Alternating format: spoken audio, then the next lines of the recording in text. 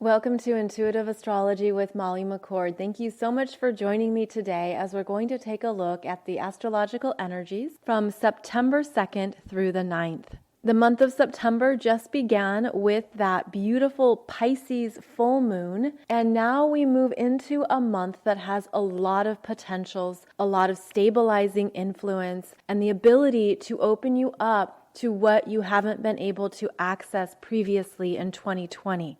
So we'll be going through the astrology over this next week, as always, and I'm doing things a little bit differently in today's show, so I want to give you a heads up. There will not be a Monday podcast on September 7th because I'm going to be traveling. So the Monday podcast will resume on September 14th. However, I woke up with very strong guidance to share with you more about some channeled messages around the energies of addiction. And I was getting some really clear visuals, some very strong understandings of what I can share with you today. And then on September 14th, I'll do a channeled show about addictions and how it relates to your Pluto energy in your chart, your natal Pluto. And the energy of addiction is very important to understand, not only for our own lives and where we can be unconsciously addicted to something or someone or an experience, a substance, etc., but it's usually a big part of a soul's journey of healing. And they've shown it to me as energies that have accumulated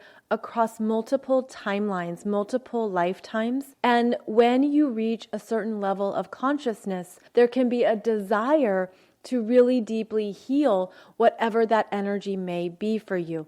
So if you're interested in this topic, I'm going to talk about it after I go through this week's astrology, and then we'll do a full show on it on September 14th. So as September begins, it's important to be aware of what is coming up for you that's very clear. There is a clarity this month around perhaps many areas of your life that are showing you what matters to you, what is significant, what has value, what is important, what is a priority. And this is a month where you're being asked to make some very clear commitments to what you want to build, what you want to grow, nourish, develop, and to have a sense of trust in what is possible regardless of what's happened previously. It can be easy to think something's not going to happen because it hasn't happened yet, or that there's something that you really want, but how is it going to come about? How are you going to make it happen? The hows are Virgo words and Virgo thoughts. We currently still have Mercury and the Sun in Virgo, and we're drawn to understanding how to create a solution, how to solve a problem, how to cross a bridge or get from point A to point B.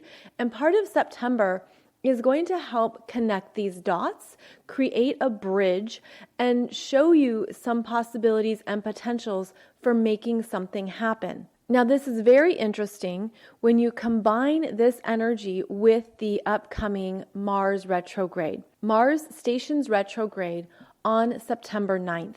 And I'm just going to jump in and talk about this energy because of how strong it can be felt, especially in your chart where you have 28 degrees of Aries. So Mars is reaching 28 degrees of Aries and stopping to retrograde back all the way to about 15 degrees of Aries until November, specifically November 14th. So 2 months of this Aries retrograde, meaning Mars in Aries retrograde. And what's important about this is that the lower energies of Aries haven't matured. They're the undeveloped parts of ourselves. They're based in our ego, based in our immediate needs, based in the parts of us that say, I want what I want and I want it now. And this Mars in Aries retrograde feels beneficial for the long-term developments that you want. Because there is energy of developing, building, creating this month with the very strong earth energies that are showing up throughout September. So we have physical developments really taking off in some manner, but a part of our ego is being slowed down. And I did some shows for you on this Mars in Aries energies. Those are 2 podcasts, part 1 and part 2, that you could listen to again if you want to understand this more, or if this really applies to you, meaning you have strong Aries in your chart, or you have a significant area of your chart that's undergoing this transit. Essentially, our ego and impulsive, impatient self is being asked to step back and to see a bigger picture, to see something else that's forming, that's actually truer, more stable, and really worth the growth development process. So it's a very interesting mix of energies here, because you can feel impatient, you can feel so ready for something, and yet it's not quite happening yet. There's more that needs to connect, there needs to be more that forms and develops, but there are things that are showing up that give us a sense of trust in a process. But this month, there's something you're going to see. And again, that's related to the strong earth signs. So if you can keep your immediate desires on the back burner, which is not what Mars in Aries ever wants to do, but if you can trust that, temper it and tame it, something comes together without the interference of our egos. And that's where there's true stability. And there's something that is going to be beneficial for the long term. Now, when a planet is beginning its retrograde phase and it's preparing to station retrograde, that planet can get a little bit stronger and louder. So over this next week, it could be really clear to you what you want. It could be very evident. You could just feel it. You feel it in your gut. You feel it in your emotional body. You feel it in a very powerful way that you can't ignore. And it's giving you a very clear message about what is calling to you now. And I feel this as part of a reformed or even recalibrated root chakra energy, where that root chakra, which is connected to our safety and survival, it's connected to fight or flight. It's connected to the parts of ourselves that we didn't realize we needed to heal.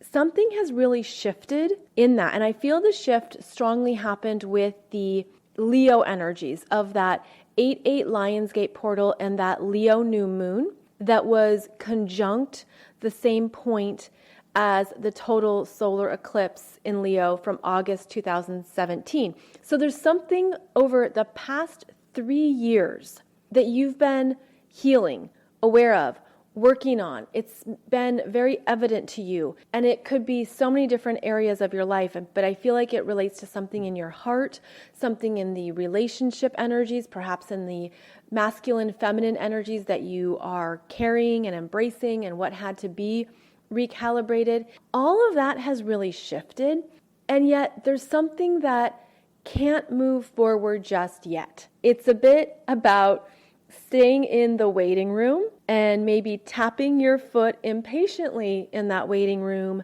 but there's a reason for it, and we don't always know that reason right now. So one way to direct or redirect this energy is to focus on something that matters to you, that's correlated to these earth signs that are here to work this month. They're working on an area of your life that is being renovated, that is ready to grow and develop. And it's very clear.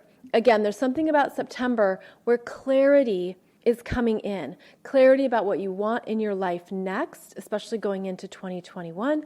Clarity about what is in your heart. Clarity about a purpose. Clarity about what matters to you in your daily experiences.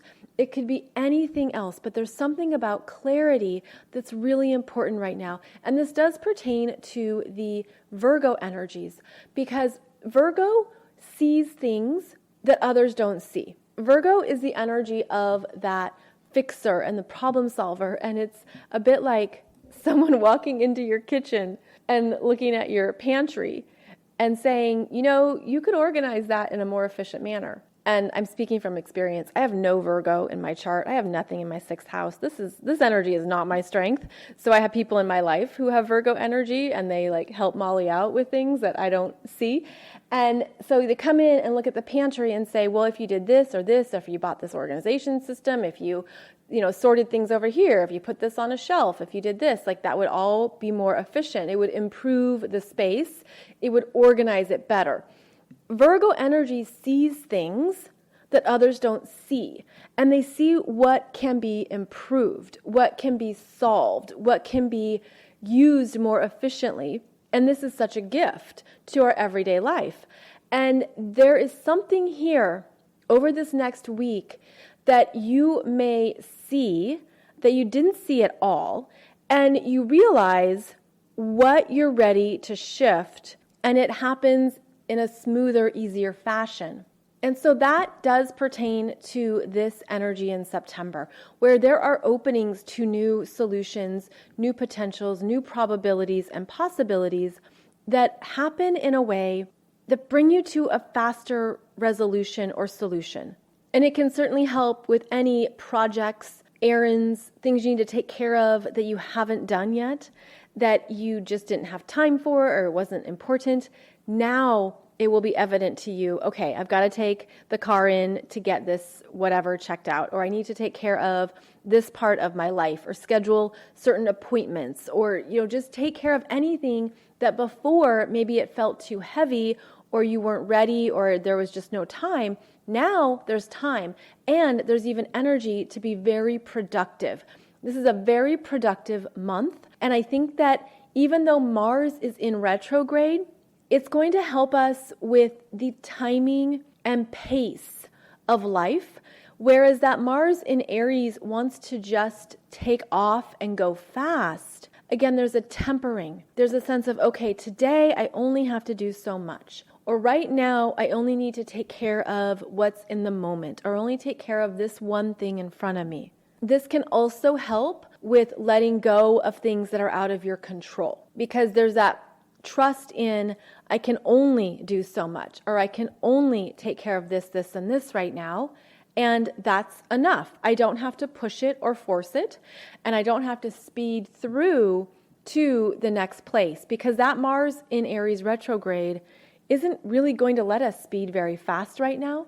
And you could even find yourself driving behind slower vehicles, or walking behind someone slow in the store, or doing something that prevents you physically from moving too fast. That could be one of the comical ways that this energy shows up as a reminder that we can't push forward in September. And that is, in fact, one of the gifts of this month. Now, the month began with that very powerful Pisces full moon, and a lot of those aspects in that chart continue over the next few days. So specifically on September 2nd, Venus in Cancer is opposing Saturn retrograde in Capricorn at 25 degrees, as well as the Sun in Virgo is trining Uranus retrograde in Taurus at 10 degrees. And this is an interesting dynamic where, again, you could feel really inspired, really energized, really aware of something new that you want to do, that you're ready to follow. And then Mercury in Virgo is trining Saturn retrograde in Capricorn on September 3rd. And this is where the path ahead is clearer. The steps, the process, the pieces connect when that Mercury in Virgo connects with Saturn in Capricorn. Great time for commitments, for projects, for anything you want to work on. It could be a very productive day. Then September 4th, we have another active day with Mercury and Venus interacting with Mars in Aries. So here we have the three personal planets. Venus is in Cancer, Mercury in Virgo, Mars in Aries. They're all doing a dance together. There's something that's being figured out on September 4th. There's something within relationships, but also within yourself that's moving and it's shifting, and it's sort of like shifting gears, and it could feel a little sloppy at times, like it doesn't have that smooth transition, but there's something being reworked here that is going to be more noticeable in September. So I feel like these days after the Pisces full moon, there's still energy that's very alive and it's coming up to your awareness. There's things that are like bubbling up or showing up to give you some new insights and things to consider that, again, you didn't see before. Now, on September 5th, Mercury enters Libra. On September 6th, Venus enters Leo. Now, throughout the month of September, Mercury and Venus are in a sextile. And this means they're having a really good conversation. Now, if you're in my September 2020 astrology webinar, I go through all of this even more. And it's really important to see what's coming up for you specifically in the month. So that's why I do those webinars, is so that you can apply it to your natal chart. And again, you can use coupon code Virgo to get it for $11. The link is below this podcast. But I want to mention that because astrology comes alive when you see how the current energies are showing up in your chart. And that's how you really dig into what is happening for you more personally. So this Mercury in Libra and Venus in Leo are having a wonderful conversation throughout the whole month. And that's a great gift. That's a great time of things moving forward. These conversations, this understanding of what you want, what's possible. It supports relationship development. It supports anything that matters to you and being able to talk about it and share it with others. So make the most of what Mercury in Libra is going to bring up for you. And it could be that as of September 5th, if you feel more chatty, if you want to talk to more people, if you're just feeling more social, you're going to hear yourself say something that you didn't realize you were thinking. And that can be one of the gifts of Mercury in Libra, where you say it, someone hears what you say, and then they repeat it back to you, or they ask you a question, and you're all of a sudden realizing something that's important to you that you didn't tap into before, or you weren't aware of. So there's support for these conversations. There's support for engaging with people and being open to what you say and what that means for you. And it's interesting because Mercury in Libra is ruled by Venus. And so Venus is in Leo, where she is more confident. She is clearer. She is aware of what she wants. She knows what's in her heart. She is more expressive. She has a sense of, this is what I want to put my time and energy towards. She feels good about who she is.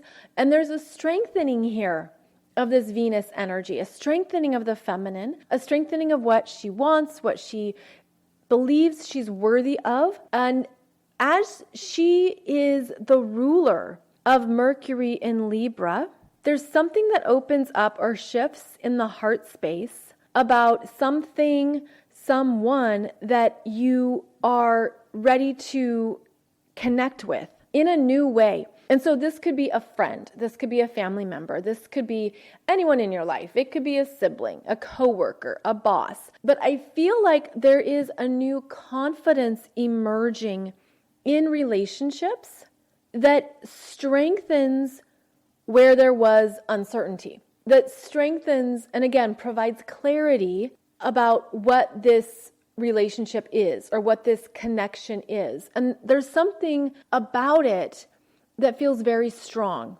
Mercury in Libra, Libra being a masculine energy, Venus in Leo, Leo being a masculine energy. There's this understanding of what you want or what you need and how to offer or share that with others in these partnerships, relationships, anything where you're cooperating with others. So this can be a good time for those kinds of partnerships to develop and emerge. And in fact, it also plays into that building energy throughout September, where the sun in Virgo is going to start making connections to the outer planets. When the sun connects with Jupiter at 17 degrees of Capricorn, and Jupiter is retrograde, that will be at September 9th, there is an opening here around a possibility. There is something that is supportive, that's easier. I feel it as an opening energy.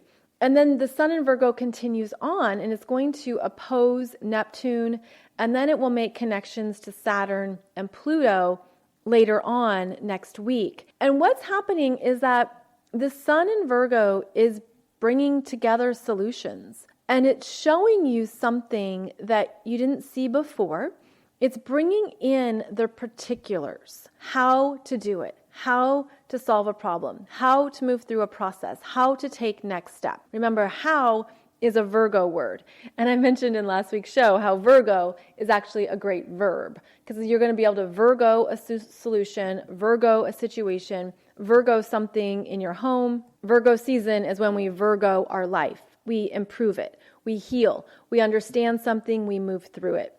Virgo is about the body and the mind working together. And so that's also where you could feel your energy strongly right now, is that as active as the mind might be in figuring something out and being analytical, the body also needs your care. The body's energy streams can feel more alive right now, and you could be drawn to different types of physical support modalities that help move energy through you.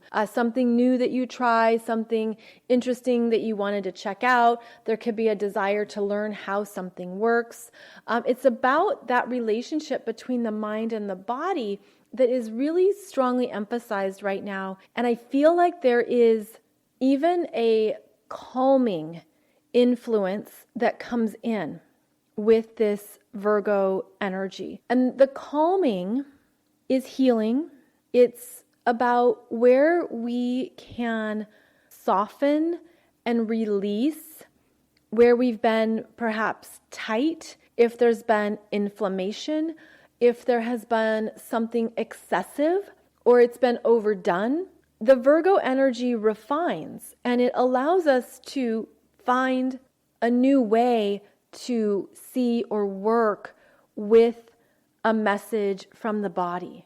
Virgo also rules the digestive tract and the stomach. It rules how we process energy through our body. And so this could also show up as a message that it's time to make a change in your lifestyle, in your health, in what you eat. It could also show you some new solutions to work with certain minerals or herbs, essential oils, flower essences, vitamins, supplements, anything that supports the body's optimum health. The optimum process of moving energy through you is really important right now. And I feel like it relates to a deeper reprogramming of what our energy systems need, especially after the events of 2020, but also going into a new way of living in this decade, and how our bodies need time to adjust and again to recalibrate or to get into a new way of being that is supportive with these new energies. The new light codes, the new neutrinos from the sun, things that are coming in are affecting us more deeply than ever before. And it's related to how the Earth's shields, the energy shields around the Earth are shifting as well.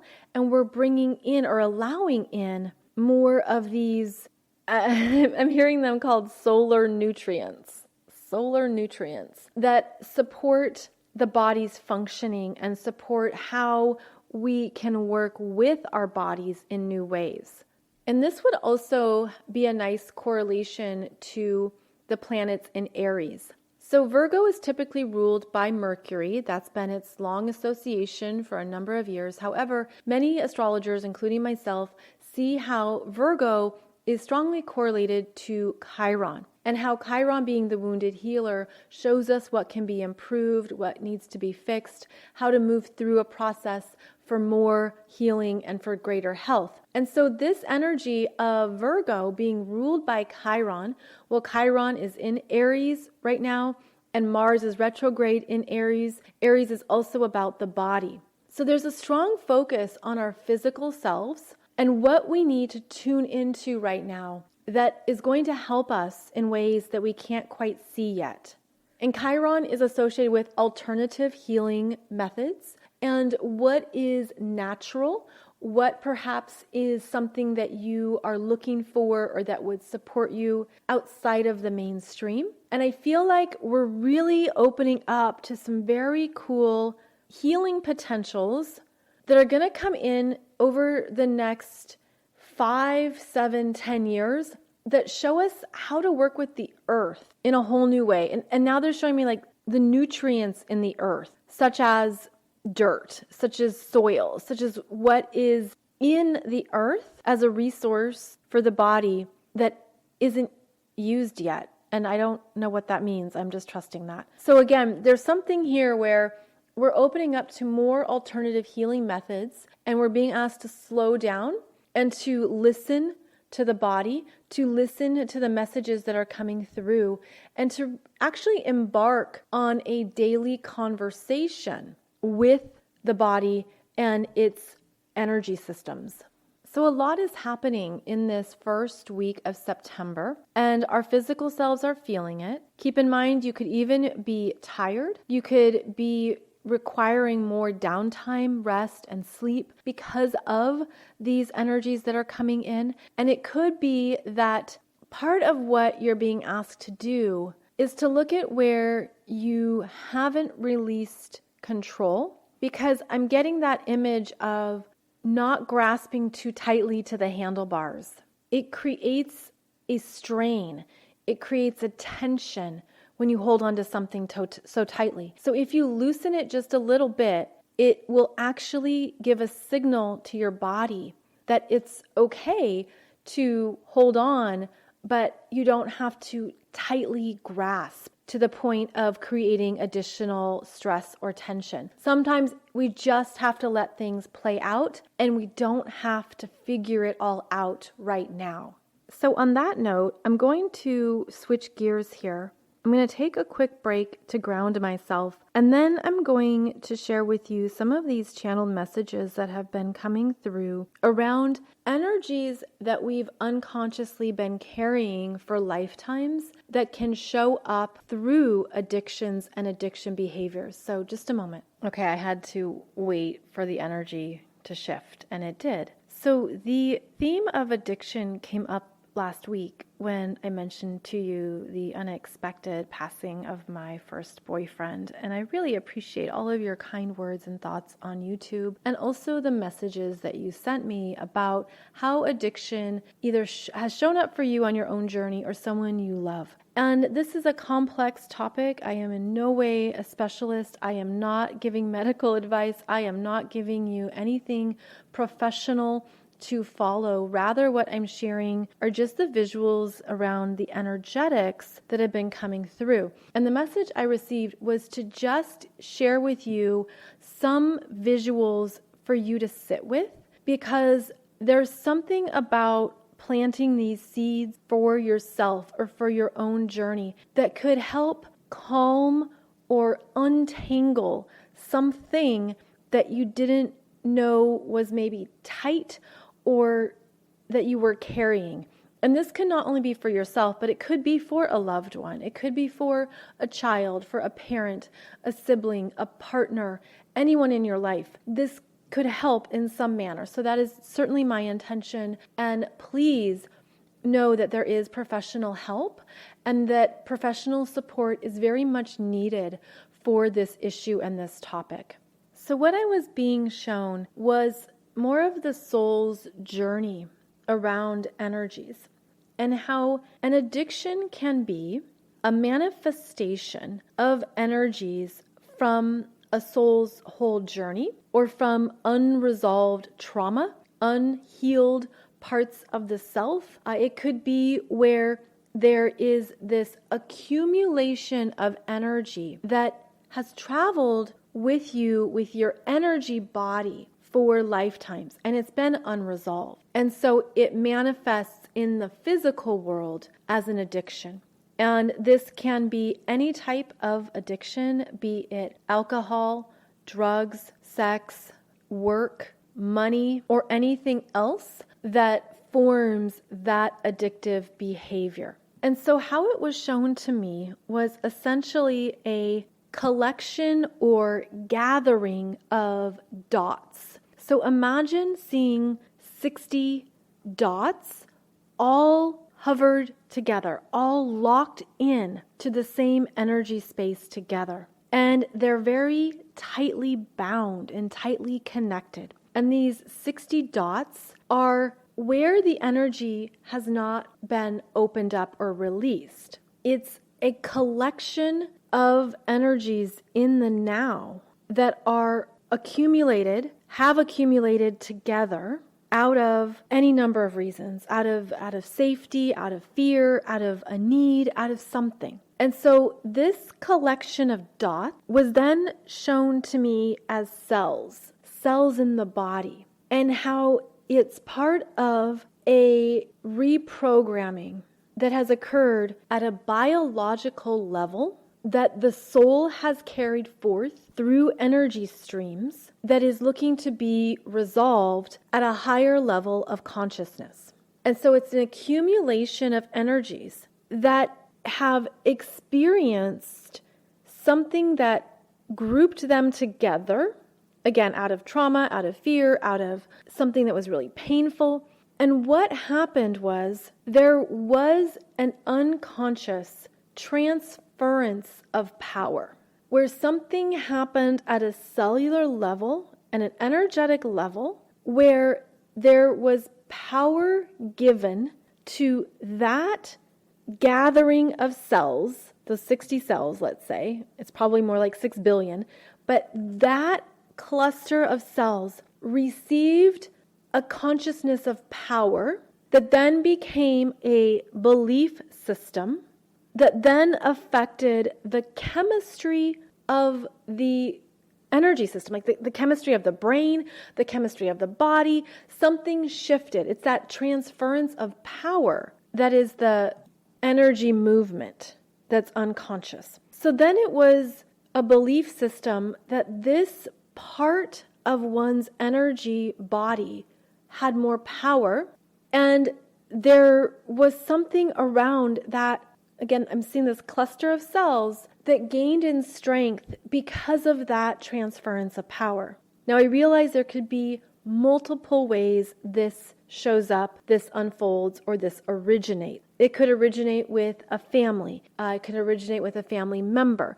It could originate through any number of stories and means throughout one's lifetime, as well as throughout one's soul's journey. So that is something that each person is meant to trust and follow for themselves. That's where you tap into what this could be for you or what that storyline might be. But that's what I'm seeing is this cluster of cells in the energy body that gained a sense of power, that became a belief system that was unconsciously ingrained within the being's energy body, that created the manifestation of an addiction. Again, I am not a professional, and please, if this resonates with you, that's great, and if it doesn't, that's fine. But what I feel around this is that because everything is energy, it can help to understand perhaps what is energetically occurring. And so what they were showing to me is that this cluster of cells that experienced a sense of power didn't want to release that power, didn't want to release that hold or that grip on where it felt strong. And so they then showed me this image that is really quite beautiful of a child who's going to the front door of a house, knocking on that door and asking to have its toys back. And this child feels so pure and innocent and loving. And it goes to the house and it's like, oh, I forgot my toys. Can I, have them back and take them home with me? And whomever is in that house denies the child's request and says, no, you can't have this back. No, you can't have this returned to you. No, this is ours now. So the child leaves feeling defeated, feeling hurt, feeling sad.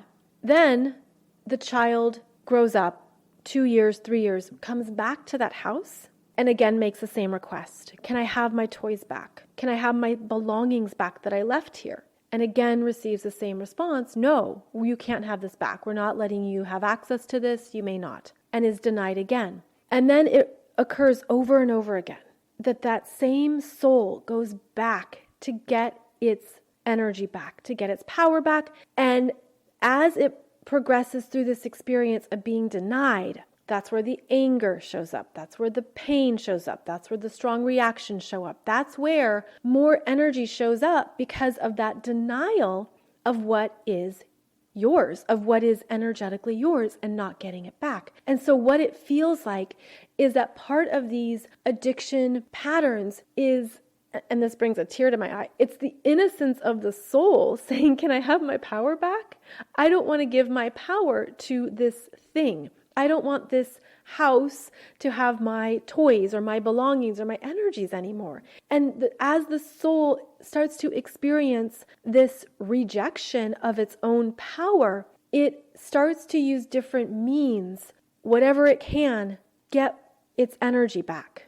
So there's something about the soul's intention to heal that is often present in addictive behaviors. Because at the level of consciousness on the planet, at the level of energy that's here, there are many people who are aware. They've been through the struggle, you've been through the pain, you've been through probably some really big things in your life that felt horrible or awful or just took you away from something that you are. And I'm feeling like this energy of wanting your power back, wanting your energy back, is from a very pure, clean, innocent place that's been overlooked. Because it's created the perception that your power and what you want is not in your control. And that's basically what this denial experience is, of going to that house and wanting what's yours to be returned to you and being told no. You can't have your power back. And then it creates this cycle of energy. And that cycle of energy shows up as that addiction, as that unconscious need, as that obsession, as that part of you that keeps going back to claim what's rightfully yours. And it's that cycle of energy, again, it can be in this lifetime, it can be through many lifetimes, that is showing what is unhealed, what hasn't been accepted, what hasn't been loved, what hasn't been understood. And it results in this, it's like these waves of helplessness, depression, discouragement, overwhelm. And it all connects to this powerlessness, which has now formed as a belief system because of the transference of power outside of oneself. And so, again, I'm just trusting these messages, and I hope it's making sense, that there was something that shifted the power to outside oneself. And part of what they're showing me as balancing the energies is looking at the power you have that can never be outside of yourself, that can never live outside of you, that can never even possibly leave you. And what is happening, or what is possible to happen, is that this perception of the transference of power can be reprogrammed in the brain. But it's at like a primal level. And this is where obviously support, energy healing, energy work, professional help, professional support can happen. This is also where there has to be a willingness and a desire to experience that type of healing.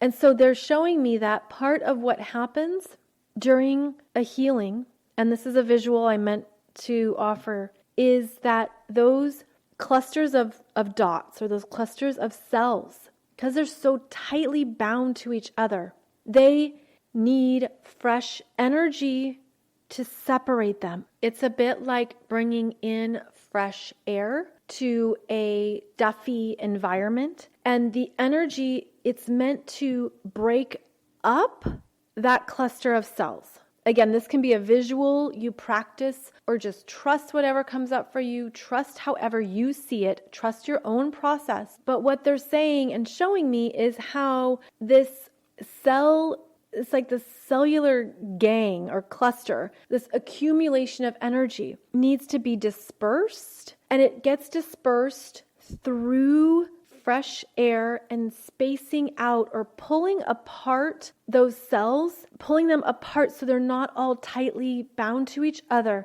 And then it starts to become a new constellation, and it's a cellular constellation.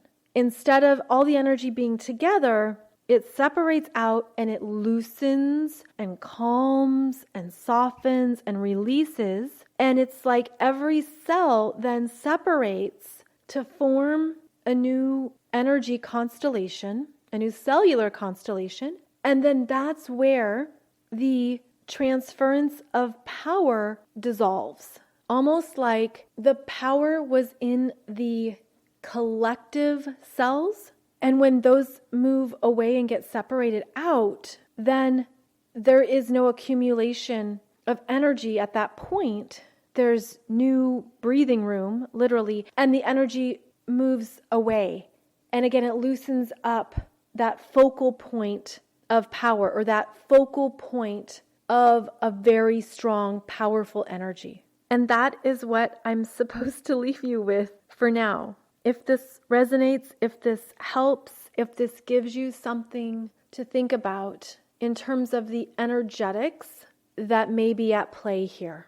And only you can do this for yourself. So if you have a loved one, okay, interesting. If you have a loved one who is moving through an addiction or something very intense that's overpowering them and their world in some way, you don't have control over their soul's journey. You do not have control over their free will. And you also don't have responsibility for it. And so you can love them and care about them and want to support them and do everything in your power. And that comes from a very loving, clear place. But remember that every being, each of us, has things that we're healing and moving through in this lifetime that no one else has any control over and no one else has any responsibility over. So it's almost like how you can loosen your own grip on feeling responsible for them, but also loving them. And so what they're showing me is that if you imagine this loved one, this person surrounded by very clear, loving, pure light,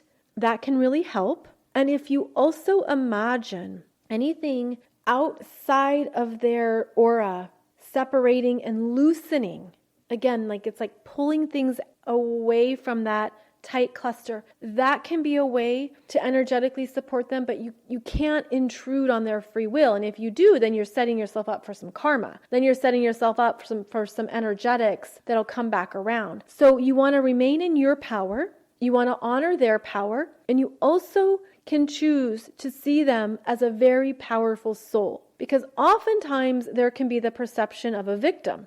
Right? Oh, this poor person, or they're really struggling, or I really love them. How do I help them? How do I save them? And that can be very loving and kind, but you can shift that to see them as a powerful soul who's choosing some big lessons in this lifetime, that you love unconditionally. You will be there for anything that they need. You know that they're going to figure this out. You trust in their process. You trust in their soul's journey, and you put your energy towards those messages. That's how you shift them. You will shift someone through unconditional love. If you really want to know how to work with this for someone else, it's through unconditional love. There's really no other power or force that's stronger. And that in turn is how their journey is helping you grow, is helping you step into your power and helping you ascend to a higher place. It's always unconditional love, which is then where we see our unconscious conditions that we place on people, where you can say, oh, well, if you do this, then the problem will be solved. Or, oh, if you go to this clinic or this rehab, or if you do this step or this step, then it will solve the problem. And yes, all of that can be true.